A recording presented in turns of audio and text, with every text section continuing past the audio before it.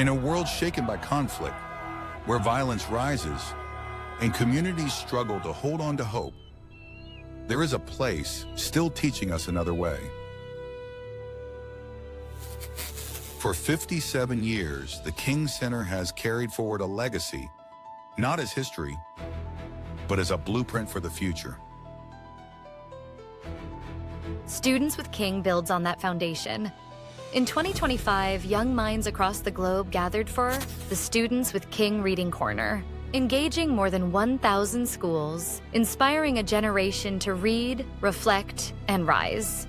The King Center also served as a virtual classroom featuring teach-in resources, a spotlight series, and civil rights talks that reached educators and youth in the United States and abroad. Through the Be Loved Community Leadership Academy, leaders learned the 6 principles and 6 steps of nonviolence, not as theory, but as a daily practice, a discipline, a way of life. The information that I am learning in this program, I take back to my home school, and I try to educate my own friends so we can all build a beloved community and live in the World House peacefully. In a time when faith communities are too often divided, the Better Together Initiative united global participants, Christians, Muslims, Buddhists, Seekers, standing shoulder to shoulder for the beloved community. And in the corporate world, the Atlanta Dream stepped forward, embedding nonviolence into their culture, their leadership, and their commitment to inclusion. There's answers in that curriculum. It's how you apply them that matters. When I moved to the US, I struggled with low self-esteem and that. The whole training has given me a safe space. It's like a therapy for me.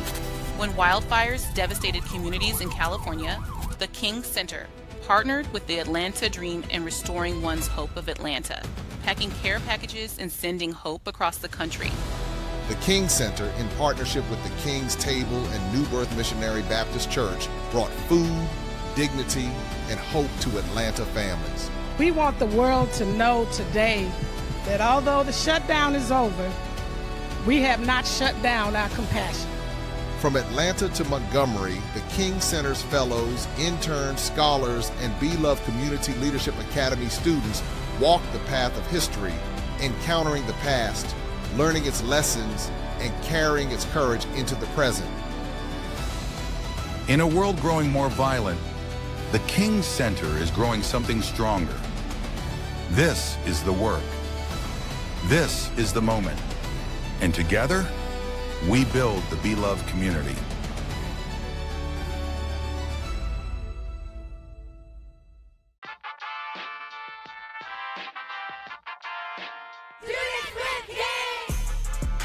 Students with King serves as the King Center's flagship engagement platform for elementary, middle, and high school students, highlighting the legacies of Dr. Martin Luther King Jr., Mrs. Coretta Scott King, and the impact of the 20th century American Civil Rights Movement. Our dynamic and interactive programming has reached over 1 million students worldwide. Our core learning programs introduce students to the philosophy of Kingian nonviolence, coined Nonviolence 365, and provide important lessons about how they can apply nonviolence in their immediate environments. Whether you're an educator who is looking for ways to bring the King legacy into your classroom, a student who wants to learn more about this powerful moral movement, or a parent who wants to get your child involved in character building and literacy development activities, Students with King is your one-stop shop for unique lesson plans, teaching resources, educational field trips, and other opportunities to engage with the history of the American Civil Rights Movement and its powerful leaders. We look forward to engaging with you and your students. Together we can build the next generation of compassionate, courageous, and conscientious leaders.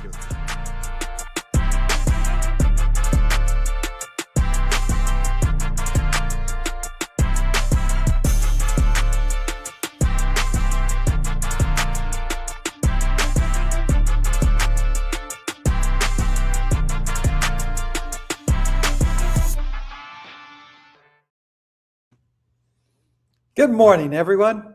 You know, important movements in history started when young people decided their voices mattered and should be heard.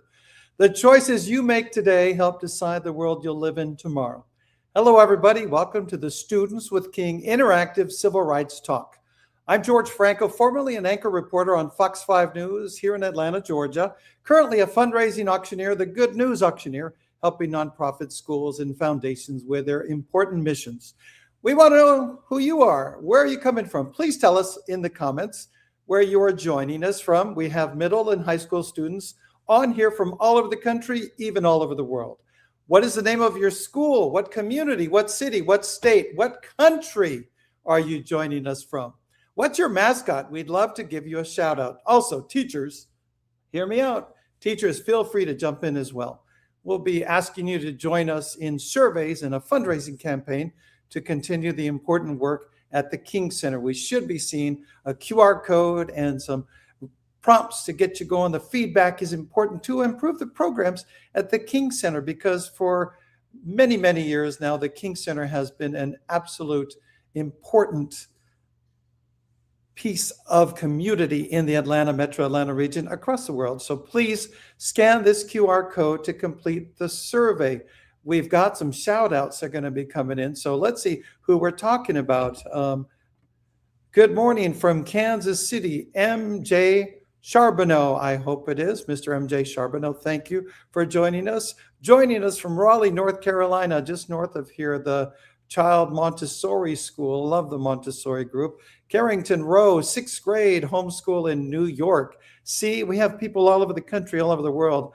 Who else is in here?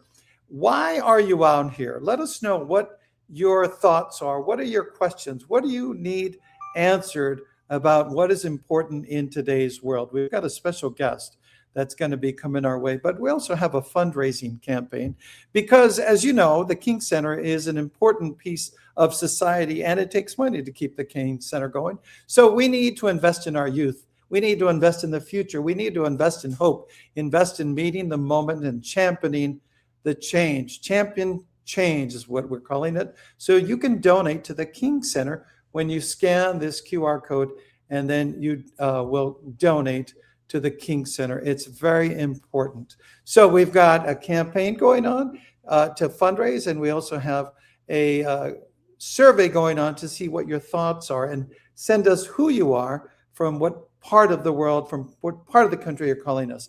Now let's see what we're talking about and who we're going to talk to today. He's our very special guest, Captain Charles Alphin Sr. And before we get to him, let's learn a little bit more about him with this video. Let's go to the video.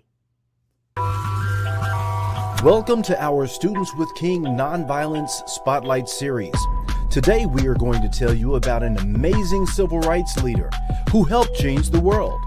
When you hear his awesome story, it will hopefully spark something in you to make a difference and make your community better for everybody. Our spotlight person is Mr. Charles L. Alphin Sr. He served as a police officer for over 26 years in the St. Louis City Police Department, St. Louis, Missouri. During his police career, he served as a patrol officer, detective, juvenile officer, sergeant, platoon lieutenant, and captain.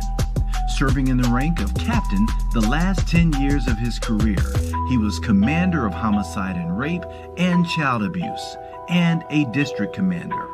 And he retired as commander of vice narcotics. In 1992, after retirement from the St. Louis City Police Department, and at the request of Mrs. Coretta Scott King, Captain Alphin and his wife moved to Atlanta to work at the Martin Luther King Jr. Center for Nonviolent Social Change. What an honor! Mrs. Coretta Scott King asked him to work with her. He worked as a trainer in Kingian nonviolence, and in 1994 was promoted to Director of Education and Training for the King Center. In 1996, he retired from the King Center. He has been privileged to train both nationally and internationally in Kingian nonviolence. He has trained law enforcement officers, at-risk and gang youth, educators, elementary, secondary, and college students, professors, community leaders, clergy, and correctional officers. He sure did, and if Mr. Alphin can do all of this, you can too. Presently, he serves as senior trainer for the King Center in Atlanta, Georgia. He also is a conference director and a member of the Global Nonviolence Conference Series.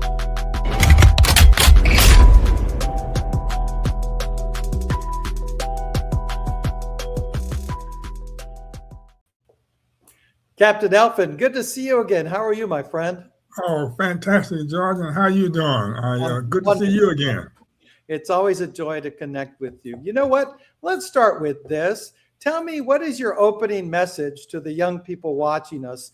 They're so young, they don't even remember Dr. Martin Luther King Jr. It may not be in their psyche, but there are values we talk about, and there are messages that still ring true today. What is your opening message? I think the message today is that who we're talking to, George, these are 100% of our future.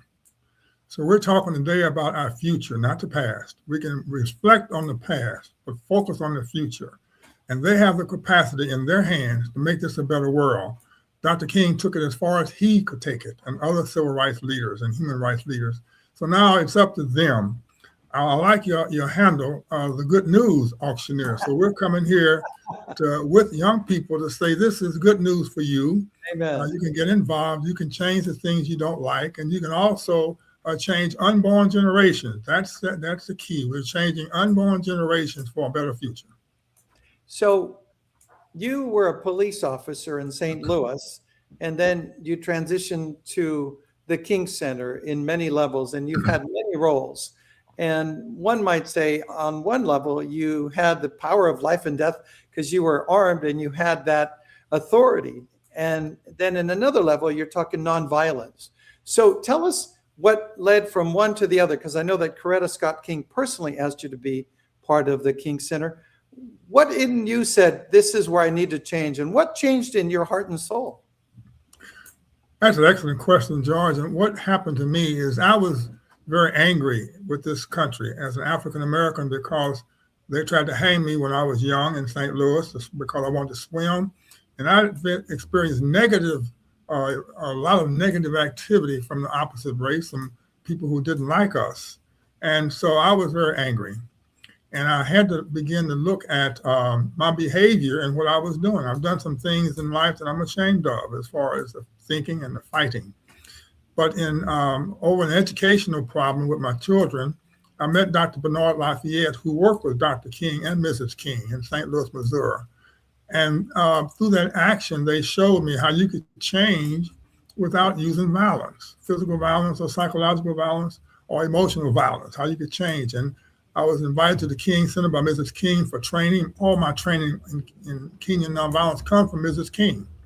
And after I understood how Dr. King fought, you see, Dr. King said, don't stop fighting, just change your weapon. And I had to change my weapon from the physical aggression to understanding how you begin to not to win over people, but to win them over. So the people that I was very angry with, I began to try to win them over. And it worked in my family. I began with my family because sometimes we're more violent to people we say we love. With our tongue, the way we talk to people, the way we talk to our children, our in-laws, etc. So nonviolence, the first thing nonviolence changes is you. And that's what I found out. So then I began to read, study, and also experience and practice and share with others Dr. King's philosophy. And now it's just a second nature to me. It's a part of life. You know, can I call you Captain still? I still see Absolutely. you as Absolutely.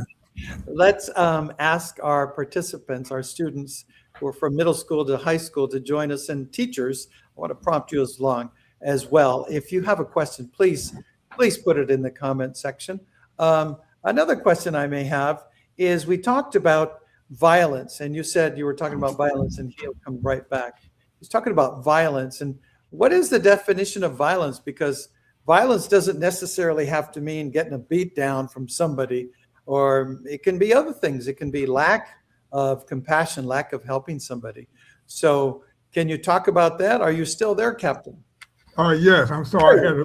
I had to reboot I had to get my computer. It was running low on battery. Yes, I'm here. That's an excellent question too, because I thought violence was the opposite of nonviolence, but Yes. Mrs. King puts it very well when she says violence is starving a child, violence is neglecting school children is violence, punishing a mother and their family is violence, discrimination against a working man or woman is violence, and the ghetto housing is violence. So violence comes from the Latin word violare, which means violate. So anytime you violate a person's humanity, you are creating violence on them. A lot of people in our training say, well, I'm nonviolent. I don't fight physically. But violence is much more expansive than just physical violence. And it's much more devastating, psychological and verbal violence. And I'm sure that young people can understand there's something that somebody may have said about you in school a year ago or in church. And you still remember that because it hurts your nervous system. See, everybody wants to feel good about themselves, and everybody needs to feel good about themselves. And when you use your language, your tongue, your actions to violate people, and I'll say in homicide, most people that kill, take a life, is because they have been violated by a person near to them. And that person knows you because you've hurt them so much with your tongue, with your behavior, that they can begin to hate you and want to kill you. So that is very, very necessary that we understand and make a broader definition of violence and how we violate people, as Dr. King and Mrs. King advocate that we don't do. And the world has changed much since the civil rights movement began. I suppose technology, these things. Our phones are everything to these young people and to many people. But it also allows unfiltered communication, unfiltered attacks, unfiltered lack of civility, if you will. We talked about that where you see the F word, and it's become just a different standard of how people are communicating. How do you think that ties into, is that violence? How do you work nonviolence into that? It's a different world. Absolutely. On that social media, we call it being a keyboard bully. That you're on a keyboard and you're putting people down, you're talking about them, and you're criticizing them, and it can cause some people to say life is not important to me anymore, and they commit suicide. So it's a very serious approach when you are dealing with just human beings. And I look at that telephone and social media. It's like fire. It's like fire, George. Fire can heat your home. Fire can cook your meal and get you food that's done, etc. But if you don't control fire, it will burn your house down. Amen. It's the same with that media and that computer or that telephone. That you've got to control that, and that's up to you. And you can use it as being positive, but if you misuse it, it becomes negative. Just like fire that can heat your house and cook your food. So we have to make sure how we begin to balance that good use of technology. But make sure that it can be dangerous, especially when you're talking about people or putting people down or just spreading rumors about people. Yeah.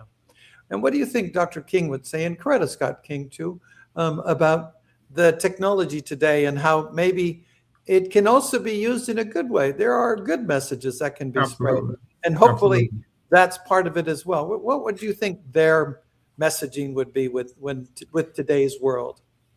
I think that the foundation is understanding Dr. King's philosophy and then transfer that philosophy as a way of life. So therefore, what they would say would be, line up your values, understand what humanity is and how we can uplift humanity, and then restrict those rules in everything you do, even in the social media. Use that as a springboard for everything you do in life, the way you talk, the way you agree with others. So therefore, and I'll give you a quick definition of nonviolence, that we can apply this to everything we do, even in the media, even in the control of your phone and social media.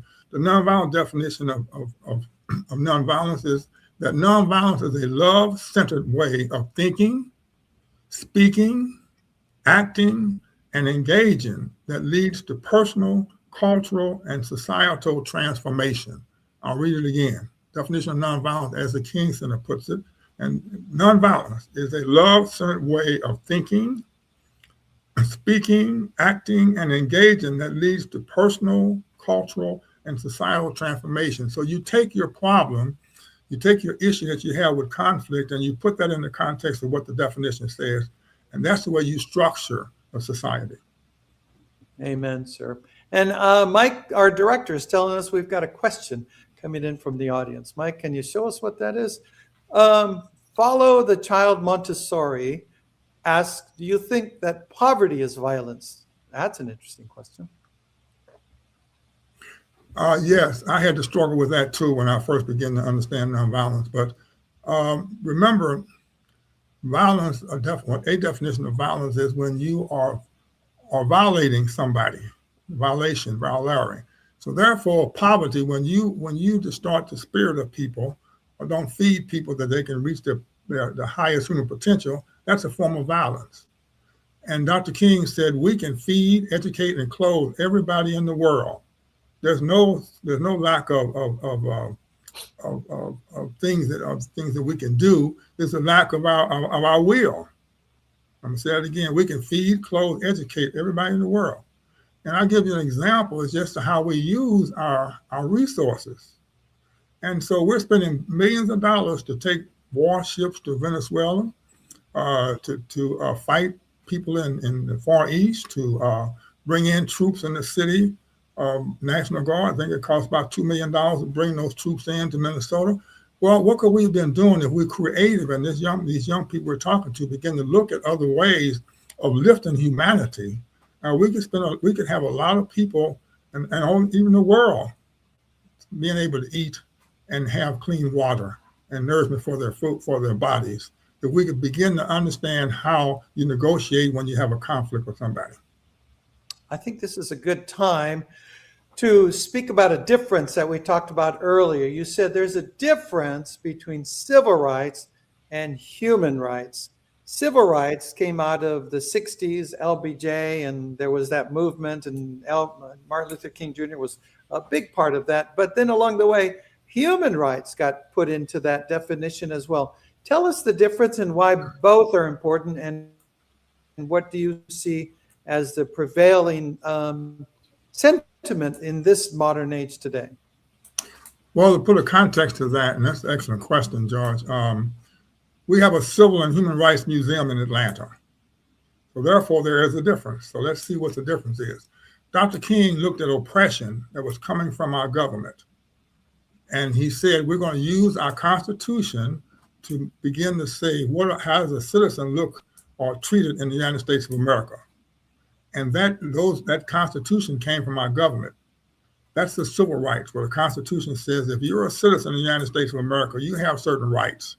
And those rights are guaranteed you by the Constitution. So Dr. King took the Constitution and said, America, this is what you say, and took a mirror and said, but this is how you look.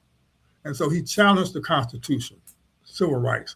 That was in Montgomery, Birmingham, and Selma, because Montgomery was segregation of buses, Birmingham was segregation of public accommodation, and we know Selma was the right to vote. Those were all civil rights. And then when he looked at how we need to change this world, this globe, and he talked to other people, Albert Chief Lutuli in South Africa, and he began to say we need human rights. Human rights are giving people nourishment, giving people having food for their bodies, clean drinking water, the climate control, et cetera. Those are all human rights. And he said we need another movement, but it needs to be human rights, not civil rights. So civil rights and human rights can come together, but we've got to make sure that civil are for a democracy that has a constitution. In the dictatorship, there would be no civil rights that make them to a dictatorship. But we need human rights. What uplifts all human beings, regardless of your race, your ethnicity, or your culture? What uplifts humanity in this world? And we're in divided times, I think it's fair to say. I don't want to get too political here. But well, George, may not be divided time, it may be divided values. You see, Dr. King said in the 60s, we need a revolution of our values. So we're talking about values that you lift up to not only yourself, but to other people. So we need a revolution of values, in my opinion. That's what Dr. King said. Expand a little bit more on that, because whatever side you lean politically, those values are still part of our human rights, if you will, so that everybody has a fair chance to succeed in life in this country, across the world. So speak further about that, these values that you think are kind of degrading, maybe slipping in this culture of ours where things happen so fast. Information is so fast.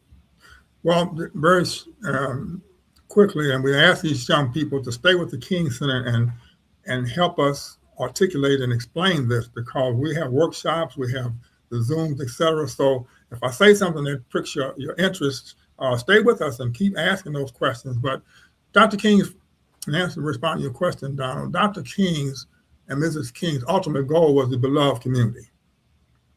And he thought that in that beloved community is simple. You can mean that you're lifting everybody to their highest potential, whatever that is. And when you don't lift people to their highest potential, you create violence on them. When you put a limit on what people can do because of their language, their ethnicity, their race, that's a form of violence. So the beloved community says that we can lift everybody to their full potential without violating them, whatever that potential is. And that has nothing to do with where you live or what language you speak, or what you have a PhD or no D. It has no relation to that. That's the humanity, and Dr. King called it personalism as a human being. So I'll stop there, but that beloved community is where Mrs. King and Dr. King were pursuing. And you can have a beloved community in your classroom. See, the beloved community starts with you. You have to see it first and then take it to your classroom, your school, your community, your family, and then the whole world. So that's the steps. And you can't take the elevator. You have to take the steps, George, one step at a time. I like it. You can't take the elevator. There's no shortcuts in life, even when it comes to something like this. And we want to encourage our students, maybe even the teachers. Teachers, you need to prod the students along. Let's get some questions in here. I've got a quote, and I hope it's accurate, but I thought it was an interesting quote that Dr. King said, "We are tied together in the single garment of destiny, caught in an inescapable network on mutuality, and whatever affects one directly affects all indirectly." Kind of interpret that. What does that mean to you? What do you think he meant by that? Well, that ties into this whole philosophy, and it talks about the need for other, that human beings can't survive by themselves. They need other, and we're dependent on others. In fact, he said, "I can't be what I ought to be until you are what you ought to be." So therefore, when we look at this, we're lifted by others. We're lifted by work, by helping others, by having compassion with others. And there's no person is an island. You can't live alone. And examples of that with COVID-19, when it started in China and the whole world caught it, because what affects one indirectly affects you directly. And so I can't be what I ought to be until you what you ought to be. So therefore, it's humanity, and back to that personalism again. We're all human beings. There's only one race, and that's the human race. Yes, sir. You know, last night I was getting to bed and I saw the Mandela movie, and I thought The Long Walk, the Nelson Mandela story, and I thought, I'm going to watch this. It was a great movie. And I thought that Nelson Mandela and Martin Luther King Jr. were around at the same time. Mandela was in prison. Reverend Martin Luther King Jr. was marching through the streets of various states, cities, and what have you. Two different movements, but the same approach. There was violence in South Africa that Mandela was trying to stop, and there was violence that was occurring here that was being incurred on the Black community. What do you think they would say to each other if they're in heaven right now, talking to each other? And Jesse Jackson just passed away. I interviewed him. I met him, and I remember the pre-Mandela story very well when I was a young reporter. What are those common nonviolence theories and principles that continue to shape this world? Because even if we move forward with technology, if violence erupts and injustices erupt, nonviolence still seems to be the best way forward to get justice and encouragement and peace in a lasting way.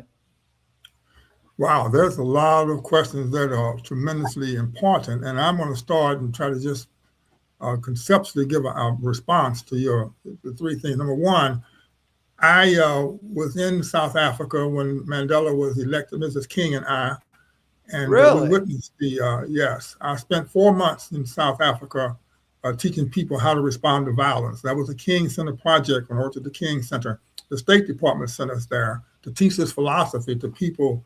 How do you respond to violence when they drive by the schoolyard and just shoot and kill kids in the schoolyard? We had to respond, had to have a response to that. So I stayed over, Mrs. King stayed over to see President Mandela get inaugurated as president. I also served with Reverend Jesse Jackson when he came to St. Louis. I was his security. He was called a country preacher. He wrote Daishiki. I know Daishiki is not known to most people, maybe on our screen, but Reverend Jesse Jackson was taught me and was when I was with him, he was an unusual person. So therefore, I have an experience, personal experience in all the things that you mentioned. But Mandela, and as you know, Mandela was not always nonviolent. In fact, he went to prison, 27 years in prison, 19 years in Robben Island, 27 years in prison because he was doing sabotaging buildings and disrupting the government. But in prison, he began to change. I've actually sat in the cell where Mandela was held for 19 years in Robben Island. And the person who was guarding him and his friends, and they told me that in Robben's prison in South Africa, when they came in as leaders, they began to study. You know, they were studying in George in prison when they were locked up in a barbaric situation in Robben Island.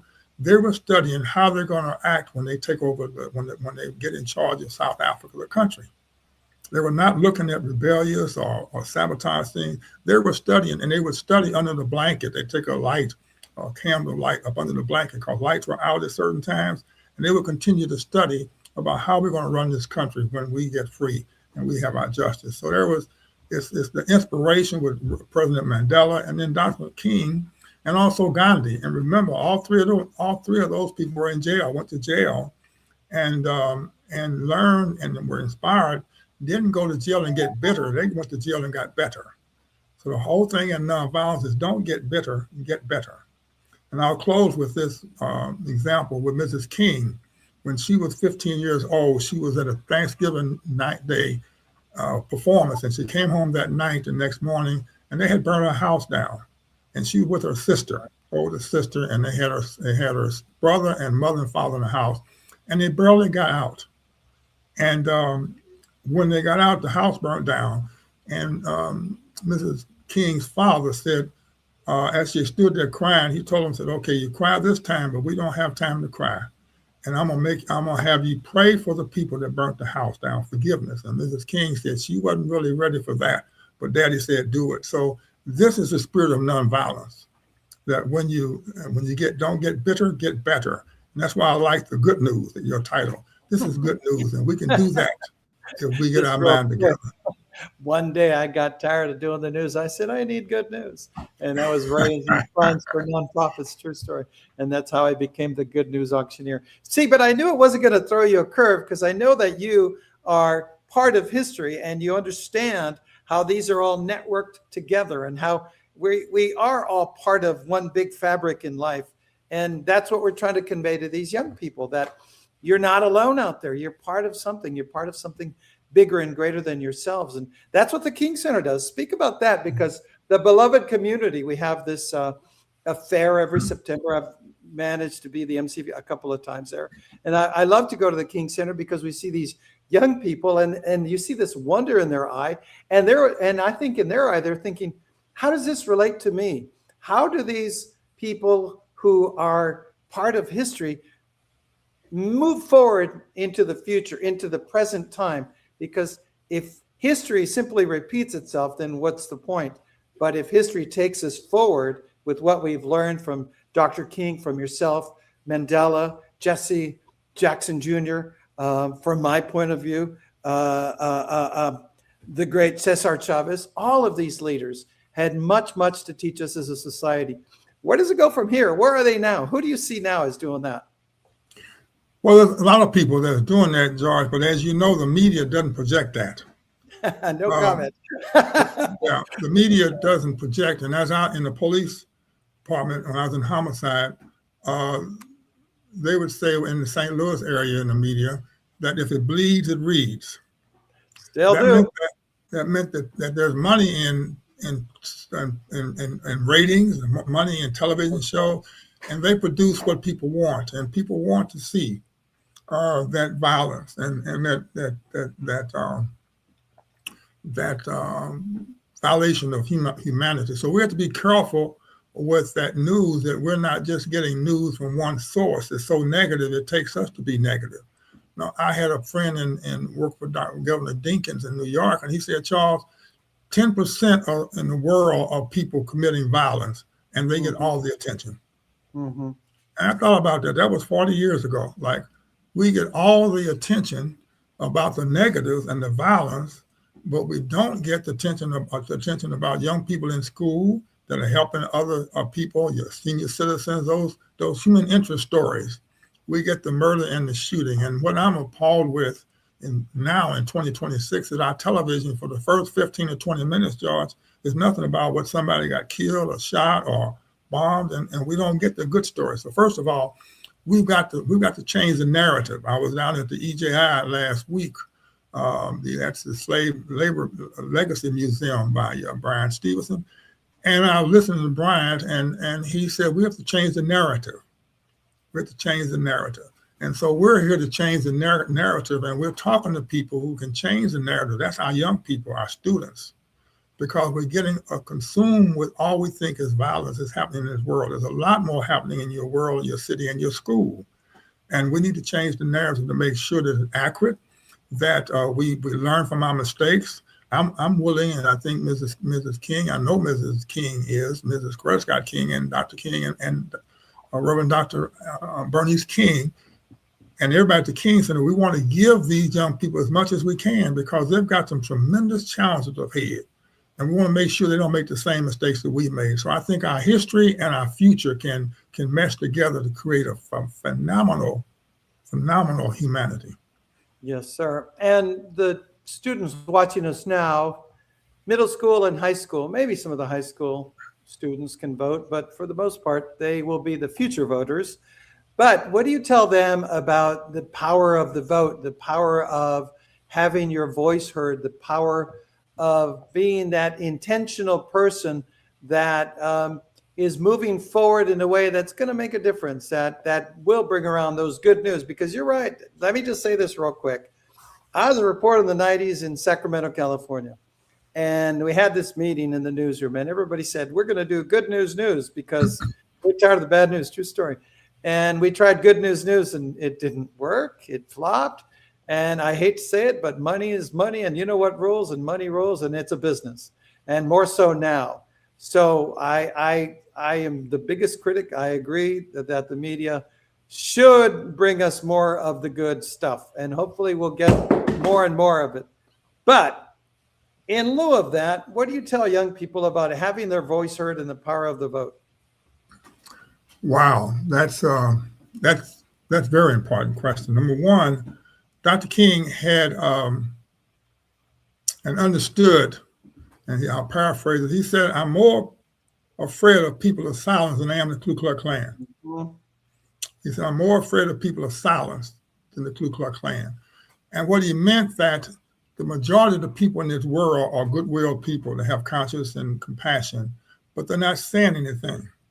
And that majority of group of people who were Ku Klux Klan, who were white superior people, who didn't like other people, they were getting the attention because they used violence. And people that saw this were quiet.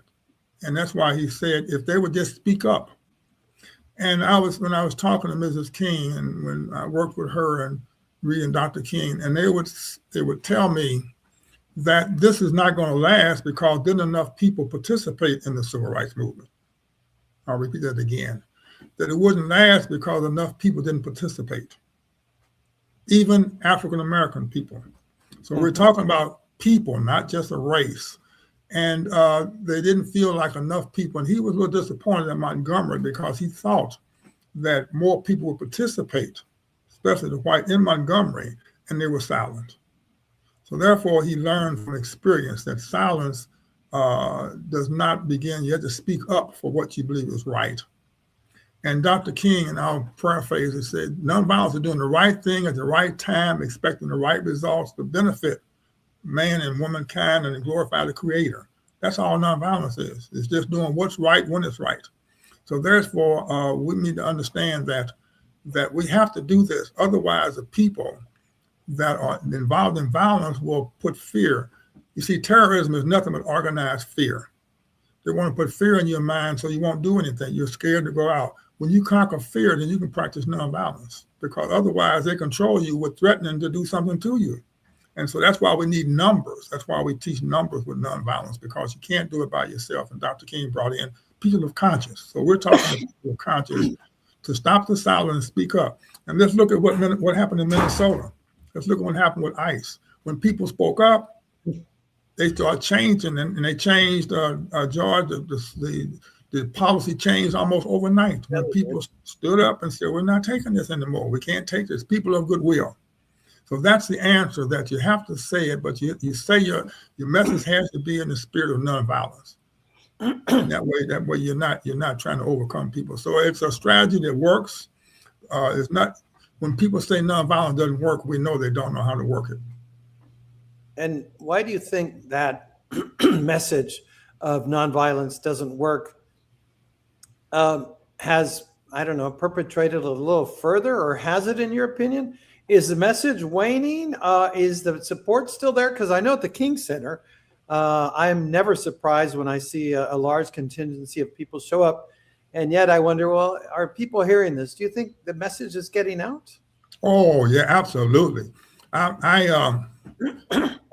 I mean, I just came off from Baltimore, Maryland, speaking to over 1,000 labor unions, AFL-CIO, and they want the infusion of this. Dr. King always worked with labor unions, and they're interested. 1,000 people. I mean, some of the leaders of labor had over 2,000 members.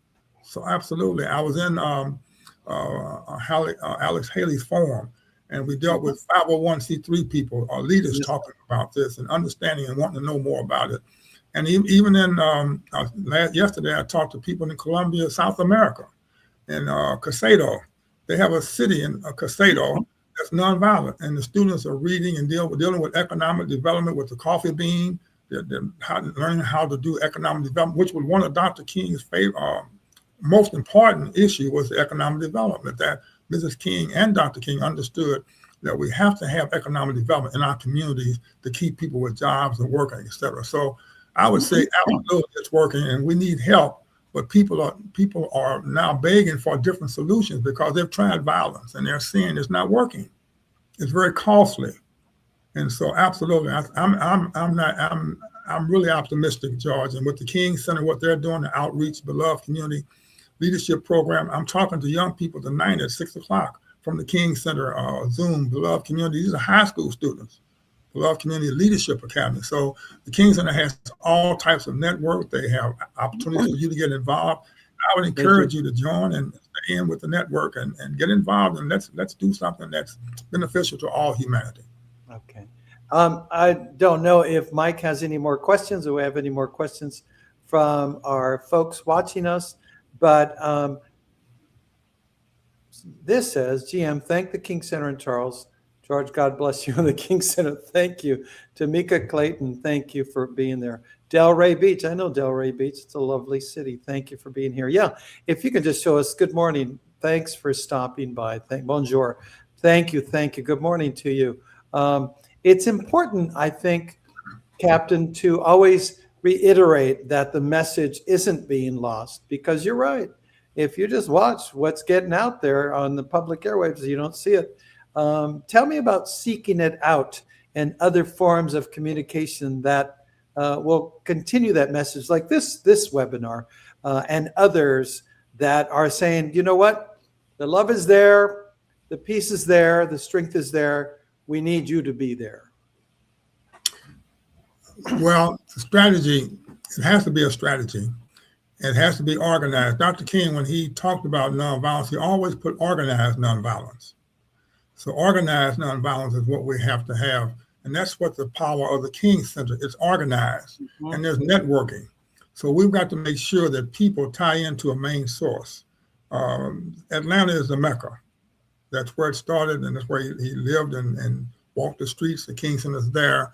And we've taken this, when I say we, the King Center, Ms. King and Mrs. King, because Dr. King was assassinated when the King Center was built by Mrs. King. Mrs. King and Mrs. Ferris, Dr. King's sister, and the family, Reverend Dr. Bernice King, have taken this all over the world. And they're waiting for a connection. And so what I say to people, let's teach and strategize and see the right people that need to be trained, because Dr. King trained leaders. And in the 21 irrefutable laws of leadership, it says when you train leaders, it multiplies. So therefore, we're looking for leaders and that have an influence. All leadership is influence. So we, in Nigeria, we trained the gang members and had 4,000 gang members, guerrillas in Nigeria. And they begin to disciple into their following. So we look for leadership, both negative and positive leadership. We can deal with both. When people are in negative leadership, it's something that they don't like, that they don't know how to change, so they resort to violence.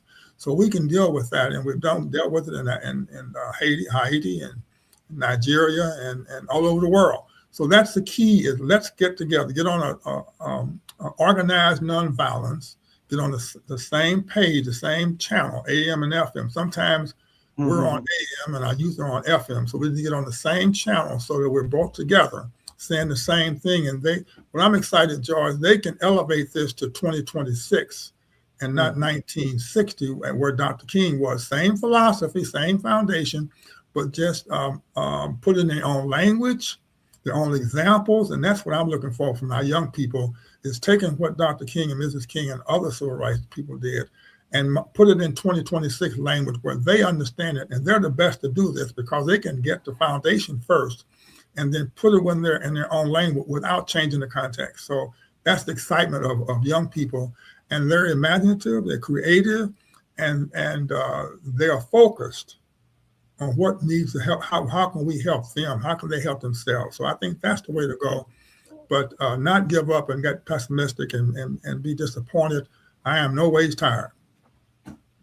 And we have a 45 minutes timeline. We're kind of getting there. So a couple more things. Give us a little bit of the history of the places you've been in the country. I'm fascinated every time I talk to you, which I think is one of the reasons we have you here, is because your history is so fascinating.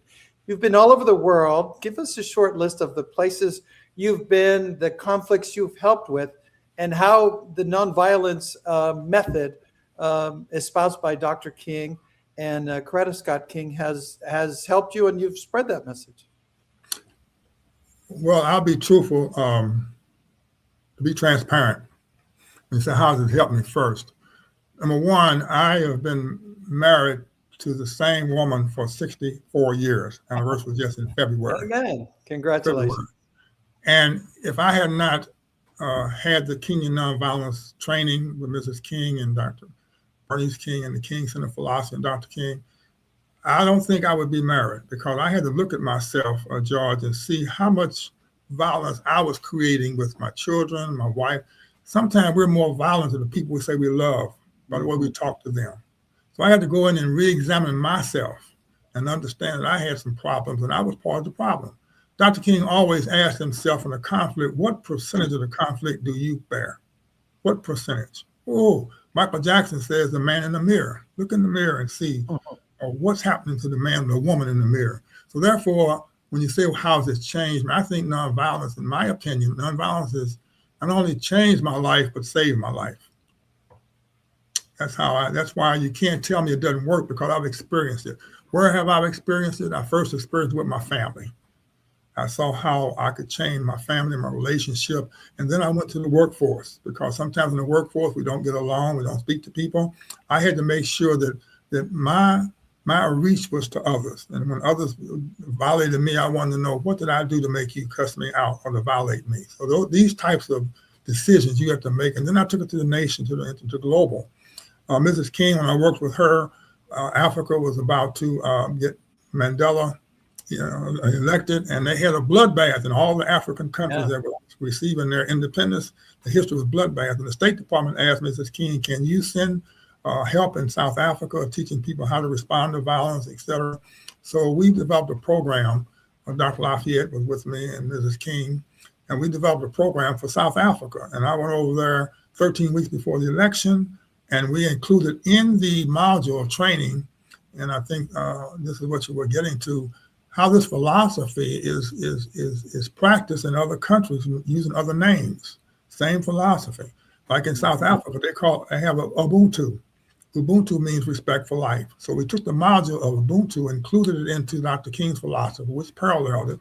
They had Chief Abdullah there with Nobel Peace Laureates, and we taught the people in South Africa.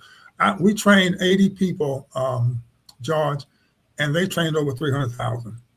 So this is not Charles Alphin doing it. It's us giving you the tools and the methods and the vocabulary and the response to what nonviolence is. And then you teach in your own language. And in South Africa, they taught in their own language, and they taught this before the election. In Russia and Soviet Union, I was in Soviet Union, guest of Gorbachev in 1990 and 1991. For those that don't know, it went from the Soviet Union, that's a communist, to what they call now Russia. And that was in 1991. That was the last build-up of the communist regime. And they asked us to come through FO Fellowship of Reconciliation to go to teach how do you go from a communist dictatorship to a democracy. So I was lecturing at Moscow University and went to the KGB, the police department, and did training in Moscow. It's Russia now, and Russia, so not the Soviet Union. I've been into Haiti. They were killing people. Citrus and Aristide were in conflict with each other, and they were killing people in Haiti in 1992. Mrs. King asked us to go over and see what we could do. We went into Haiti and talked to both sides, and they were willing to negotiate, but then the politics got into it, broke out into what they are now, and it's still in shambles. I've been into Nigeria, and Nigeria asked us to come because they were blowing up oil wells, and Nigeria Delta, and the oil price was going up because of shale oil companies. They were dumping and polluting the Niger Delta. And we went to Nigeria, been in Nigeria at least 18 times, and we talked to people who were doing it, who were doing the blowing up of the oil wells. You see, Dr. King said people involved in the problem have to be involved in the solution. And then from Nigeria, I went into Colombia, South America. I've been there 26 times because of FARC. And people there were in fear of the FARC, and the FARC in Colombia. And we even went to one of the most dangerous prisons in Bella Vista in Colombia and began to educate the FARC as to how you can come back into society. And was it dangerous? And yes, it was dangerous. But Dr. King said, and I'll close with this, if you haven't found something that you want that's so dear to you that you want to give your life to, you haven't started living. If you haven't found something so dear to you that you give your life, that you haven't started living. And when Dr. King was assassinated, before he was assassinated, he had 100 threats a day to kill. Yeah.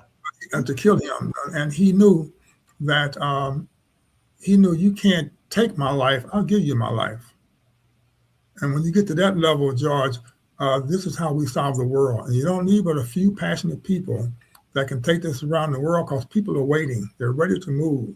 That humanity says they're conscious, they want to do better, and they want to do better for others too. So I'll stop there because we need you to stay in touch with us. We're glad that you're here, students, but we want to give you everything we have so you can make the decision and put this in language that your generation understands. And that's the power of it. We'll pass it on. Dr. King is passing the baton to you, and you need to take it and run until you take it to another generation. So we're just happy that we have you, and you're the most important group I've talked to.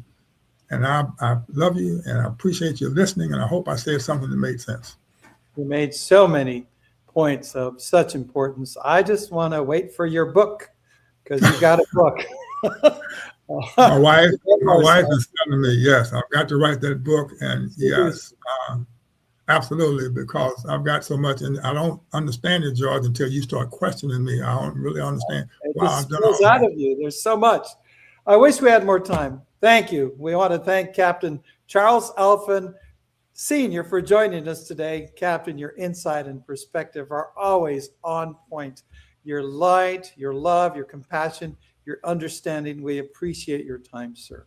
And students, teachers, and everyone else joining us this morning, thank you for showing up for logging in, for listening, for thinking, for asking brave questions. And we've got time if you have anything else that you'd like to do. Are we going to put up the QR code? Is there a survey that's going to happen? Please scan the QR code to complete our survey, because we want to know what you think. We want to know what touched your heart, soul, and mind when you were listening today. And we'd love to see you at the King Center and say, we saw you with George Franco and Captain Alphin, and we're here because of that conversation. Now, do we have something else about the fundraising? We need your help too. Also, coming up in the future, my friend here, Tyreek Wynn, Students with King Reading Corner with special guest author Maggie Chang, March 10th at 10 o'clock.